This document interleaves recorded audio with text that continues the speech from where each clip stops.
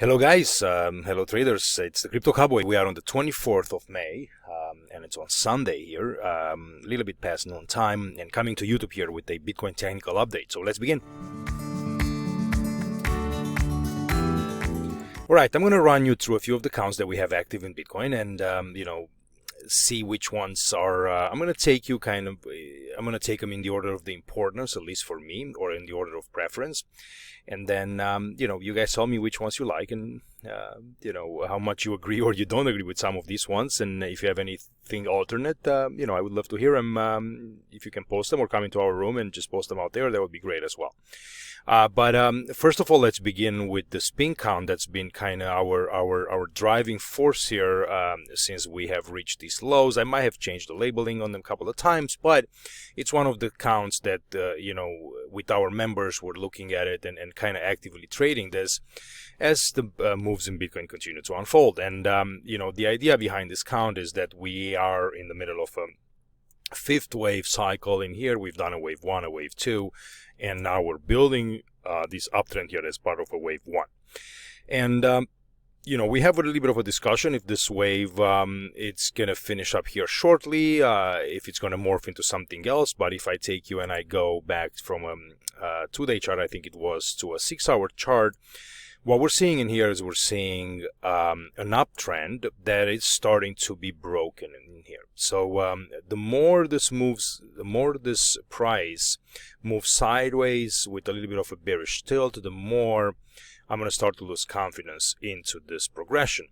And the reason I'm not doing that just yet is because I think this triangle into this wave 4, it continues to be very valid until we start breaking below this 82.70 zone that was reached back in around May 10th.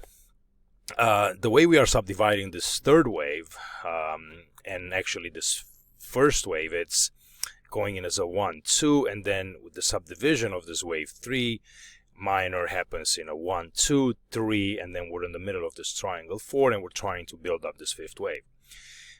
We have to finish this triangle, and the way we look at it is, all right, we have a clean, nice third wave advance, and then you're beginning this kind of a sideways move. And I was talking to our members ever since we've reached these lows in here that there is a possibility of a triangle here to develop, more than let's say other choices.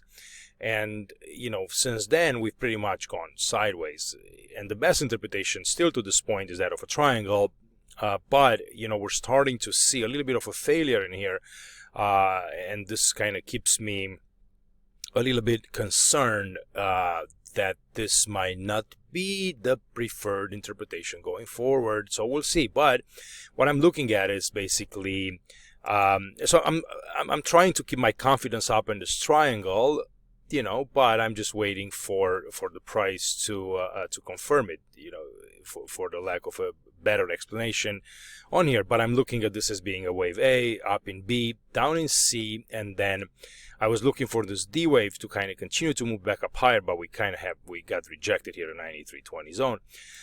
And as we're moving lower in here, my only choice would be, short of making a new low, let's say that we're not making a new low on here, and this level here holds at about 88.20, we're looking for this D wave to shape up next, and I would have to extend this triangle even a little bit more to allow for this move to continue. And short of this being a move A and then down in B and then up in C, that would be a nice D wave.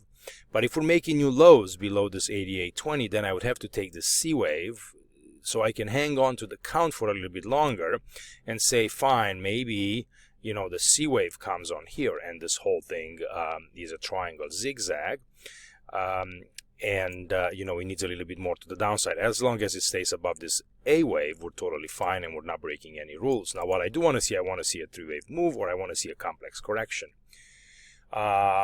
So if this is just an A, B, C, this would be a W. So we're looking for a double zigzag inside a triangle. As we know, one of the legs in a triangle, it's always most of the times it's a complex leg. So you can go in an ABC for a W, you can have an X here, and then you can have another ABC down coming to the C wave, and we're still going to be totally fine. If this, for some reason, is just a complete move A, count this in a 5 waves, although it's hard for me to do that by the looks of it. It's better counted as a 3-wave move. Then it would be an A, and then it would be a B, and then down in C, and then we would still complete somewhat lower down into these levels. Let's say about 8,500, and then we would break up higher, not break, but move up higher into this D wave, again in 3-wave move, and then do a C, do an E, and complete a triangle. Then we continue to move up higher. So again, until we break below this 8,300 zone, 8,270 zone, I think this triangle can still continue to be valid. And we're trying to kind of pair it up with the second wave. Now, in terms of time traveled, we are slowly approaching twice the time we spent in this wave 2. Remember, we're using fib time for our perspective in terms of the right look overall in the waves, and we wanted to have some kind of a proportion between them. And this wave up here, as you can see, it's measured by the software on here, and so this is wave 2, and now we're looking for this wave 4, and we're comparing that with that wave 2 because we want to see what kind of relationship we have between them. And if you can see up here the software, and you can use that in the trading view as well, I have a video that explains how to do that, and I'll post a link up on there. But right now at this point up here, which would be maybe around May 25th, or I would have to bring the cursor back and see exactly which date this is, but this line on here, it tells us that this wave 4 we would travel twice the distance traveled in a wave 2. Sometimes that's important. Even the 1618 which happened here was nice because we got a little bit of a reaction. The next important level is the 2618, which is on here. So it would be kind of towards the end of this 4th wave. Okay, so that's how we're reading onto this. Now I want to tell you something quickly too. Even though some of these moves are choppy, right, and they're sideways, they go up and down, and you don't have a clear direction since, let's say, May 7th into the Bitcoin. Here was a little bit easier because you had this uptrend developing, but since then, how do you take advantage of these? And the way we do that, and we try to find trades into our room and for our clients, is by looking at some of these internal structures. They're not the best trades on a longer time frame because you're just going to get chopped up into this triangle, but you can drill down to a smaller time frame and take advantage of some of the fib zones and see how you can develop a trade. And the way we did that with our clients on here was we were looking at this as being a C wave because we came down into the 618, so we were monitoring a decline down into these levels. And I cautioned the clients against these levels and say, okay, 8780 could be a level where the market, could give us a little bit of a reaction, and let's just monitor and see if we can take advantage of it. So sure enough, the market came down here. It didn't have to stop, but it did, which tells you, that these golden zones are always important, and the markets pay attention to them, and we've got to move up. Now, you don't just buy as the market drops down into these levels because you don't know if it's going to stop. You have to look at some sort of a confirmation, and that's how you protect yourself a little bit more. So we go down to a 20-minute chart. We let the market rise from there, and we identify clearly an impulsive structure to the upside on here, and we look at it and say, well, fine, we've gotten a move up of these levels, so now let's look for a retracement and try to get into a trade. Can the market continue to go up? Sure, and that's fine, and that's just not your trade, right? It's not something that you feel comfortable doing in picking the low, so you want to see a move first up, and then you want to see some kind of a correction back. So what we did was basically after this market moved up, we were looking to buy the pullback here into the 618 or 50% as a part of a wave 2 or a wave B. You never know, guys, what this move is going to end up being, but you do know there is a chance here that you're going to get, after this move, you're going to get a pullback, and the next rise is either going to be a 3rd wave or it's going to be a C wave. So what we did is we entered down into these lows up here as a part of this correction. We placed the stop below these levels, and then we were looking for the move up, with targets at about 100% of this move. The market did an A. This was just an A lag. And what happens is if you put the stops just below these lows here, you're going to get stopped out. You have to make sure you put the stops below the origin of the count, because otherwise you risk to have yourself stopped up exactly of these reasons. This move was a 3-wave move, and it came below these lows on here, and but it never penetrated the area of the origin of the wave count. Okay, so we got long on here, and then as the markets were breaking up higher here and just trying to develop, we took profits, and we did some final profits up, I think, into these levels.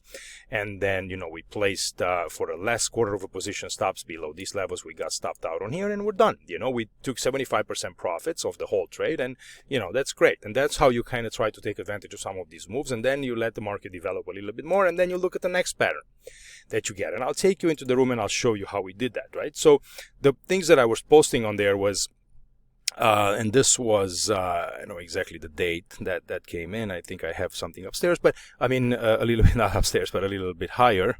May 21st, right? And you're looking at this. And, you know, we're having, you know, I posted this chart. I kind of like this bullish engulfing candle as a nice reaction of the lows. And then, you know, we looked lower. I said, you know, nice bullish engulfing on the 3 hour. Let's see how we can climb back inside the channel. 94.30 is now the upside test zone. You know, watching for DNE legs next, and then we were kind of looking at this 618 as I was showing you a little bit earlier. You know, then the move happened on here. We've gotten a reaction up, and you know, we fell to 88 today under the pin count. You know, and you can read this whole thing on there. This is what we were looking for as a trade, and then I've issued a trade alert, BTC trade update. Oh, the alert was a little bit higher here, right? It was opening long positions at the market stops below 8,800 lows. And this was after we kind of dipped down into these levels. Let me see up here. Exactly, right here I issued the trade alert. And then, you know, the markets continued. Then we continued to talk about it, and, you know, price moving in our favor, moving stops to 96, taking 50% profits, and so on and so forth. And, you know, that's kind of how we continue to look at the structure and continue to give updates. And we have a gold trade update as well. I'll you know, show you a little bit how we traded gold on there, and, you know, we're still in that trade with a couple of alternate counts. But, you know, what we were looking for was that, you know, this right here, guys, this I think this was important, because this is how we're you know, trying to get probabilities in our favor, right? So even under those circumstances, a fourth wave can rise towards 92, 9300, at least on the initial A wave of either a zigzag or a triangle. Based on that, the probabilities favor an upside move of approximately $400 from the 618 pullback on smaller time frames. And that's what we're talking about, right? We don't want it to, you know, take, you know, huge profits necessarily onto this trade. I mean, with the right risk reward, you can still make profits, but you know, you wanted to take advantage of something that market gives you on the internal structures, and that's totally fine. Okay, so that's just a little kind of look of a trade that we took. So going back to the charts. What's going on right now? So going back from the pink count to the red count, this was another interpretation that we're having, and I'm going to continue to monitor this, you know, during the week and see where we are. There's a possibility that some trades could be taken, you know, as this market developed this way. But if you look at this, we're looking at it as still being an impulsive structure as a part of a wave 3 from these lows, and we're looking at this, you know, it being a 1, 2, 3, and then some kind of a flat in a wave 4. Down on here, right? So we're comparing this move with this move, although it's a little disproportionate, but it could be possible. And then, you know, there might be some opportunities happening down around 8,200 level as we are reaching, if the market wants to get all the way up here, down into this 8,200. So from here, there would be a move up into a fifth wave of 1.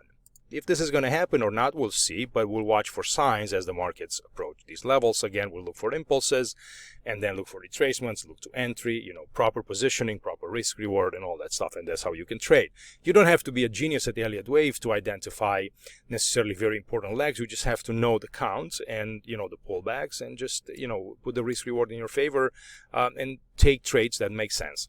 All right, so then if we go on the blue count, which is the next one on my list of preferences, so we would go from pink to red to blue, and then it would be a wave 1 completion up here, 1, 2, 3, triangle up in 4, move up in 5 on here, and then this is a wave 1, and now we're building a second wave pullback. And this is a wave A, this is a B, and then we're doing down a larger C, or you know, this is just the initial maybe W of a WXY correction down into the second wave, and that could be anywhere between 7,000 all the way to the 618, which is 5,600, right? So this wave second can develop, let's say, over the next few months as the market pulls back. But I don't have a count on internal on this. I'm just watching the development and considering this as a possibility. I always want to be prepared in advance if the market does something, so I not surprised by the move, and this is kind of how I'm preparing myself for a possible second wave pullback. All right, so there is no surprise to me. If anything happens, it will be totally fine. The next one is the yellow, which is the triangle. It has the same implication as pretty much this blue count in the initial move, because you come down here as a part of a wave A, you still do a B and a C. Overall, this is a larger triangle, and it's not necessarily an impulsive move. But if I go to a 2-day chart so you guys can see a little bit better, you know this count. Wave 3 cycle finished on here. We're doing a 4th wave cycle in an A, B, C, D, and E, and we're kind of looking to play this triangle, which needs, a zigzag or a double zigzag inside it to finish. So, going from a 1-day chart to a 6-hour chart, can you still trade this to the downside? Sure.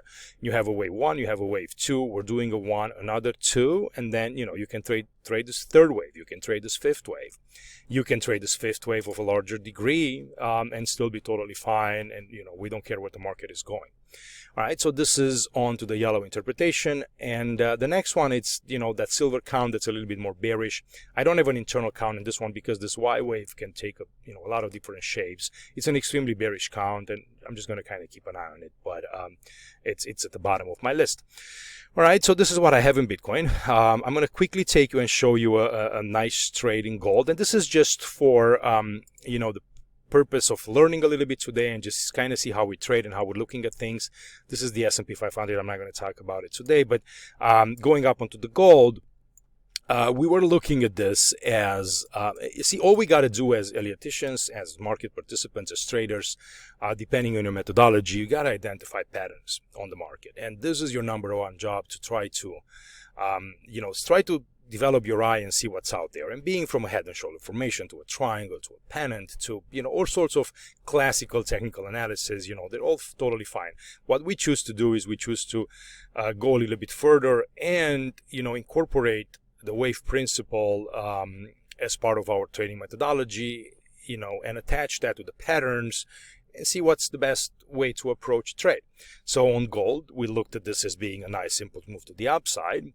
There were several scenarios until this triangle got more visible. Remember, you're not going to see this triangle until things start to get a little bit more clear, and that happens after at least you get 2 or these 3 legs developing on here. Until then, it can be a lot of different things, but as the markets move sideways, you start to put that on there as an alternate count, and then you look at it and say, it could be a triangle. So you're starting to look at the legs, and the more the market moves down, you don't have to trade it. You just look and say, well, let's see, if this level gets taken, now we do this. If this level gets taken, now we do that.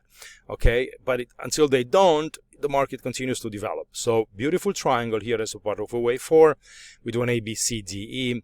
We don't trade this because I know, from experience and from what the wave principle teaches us, that final moves, the moves out of a triangle, the triangle basically precedes the final wave of a sequence. That's what I'm trying to say. And I know this kind of starts pretty standard, but that's what it happens. Every time you get a triangle, you have to think about it. Well, this move that's going to come out of it is going to be final, and then that's going to lead us to the next pattern into the market. So you could trade a triangle, it's totally fine, but you have to be very quick, because usually what we do is we buy the breakouts of a wave D, we put stops below E wave lows, but the market cannot give you a whole lot. So you have to also look at the size of the wave 1, you have to look at some Fib multiples and some projections and just see, how much really this wave 5 can actually go. And if you're willing to put a risk behind it or not. If you do, you have to make sure that you're staying a little bit safer with your stops, and just as the market advances, you move your stops up, or you let it run, or it's up to you and the way you trade. But in this case, we chose not to. What we did instead is we looked at this leg to exhaust itself and to finish up, and then look to see if we can trade something to the downside, which is exactly what we did. So the markets finished up and gave us a top up here in gold at 1765, whatever the stop was. And then again, we looked for a impulsive move to the downside in a 1, 2, 3, 4, 5, followed by a correction. So exactly like in the case of the Bitcoin, that the trade we did, this is a similar scenario where you're doing a 1 and you're looking to sell a wave to pull back into the 618. And that's exactly what we did. Now the targets here are at about 100%, 1714. We reached those, pretty close here. It was 1717. We're still short into this market. We're looking for the move to get a little bit more aggressive to the downside. So this could be a 1, 2, 1, 2, and then continue the the move can continue lower more aggressively. But we know where our stops were before. We know where our stops are now, and we're just going to trade accordingly. Now, could this fail? Of course it can. I mean, this is the nature of the markets, these patterns, and the market does a lot of different things. It could be just a simple ABC. This could be a wave 1. This could be a wave 2, and then we're breaking up higher. Okay, but here's the difference. I don't care if that happens or not. I know where I'm wrong, and I'm going to be wrong right there. I was going to be wrong right there on my trade, and I'm going to be wrong right here, and I don't want to see the market break above there, because then, a lot of different things can happen. Yeah, you could get an A, you can get a B, you can get a C, and still be in a wave 2 and move lower, but that's going to be a different trade. For me, this is what I'm looking at. So again, if you're new to these videos and you haven't looked a lot at the wave principle of the way that helps you trade and protect yourself, take a look at it. Come visit us into the room. We have there's a lot of learning experience in the daily videos that I do for the traders. Each one of them gets better by the day. You get more confidence because the patterns, the markets can move anywhere they want, and you got to label them, and you got to be prepared for the moves. You know where your stops are, you know where rewards are, and I think you just become a much, much better trader. So, with that, I'll leave you guys and enjoy your Sunday. And tomorrow is the Memorial Day in the United States, so it's an off day for the markets, but Bitcoin never stops. So I'll continue with our updates for the clients. Into the room, please hit that like button if you like, and subscribe. Get your notifications. Look at the links below. Give us a try, and I'll see you all next week. Bye-bye.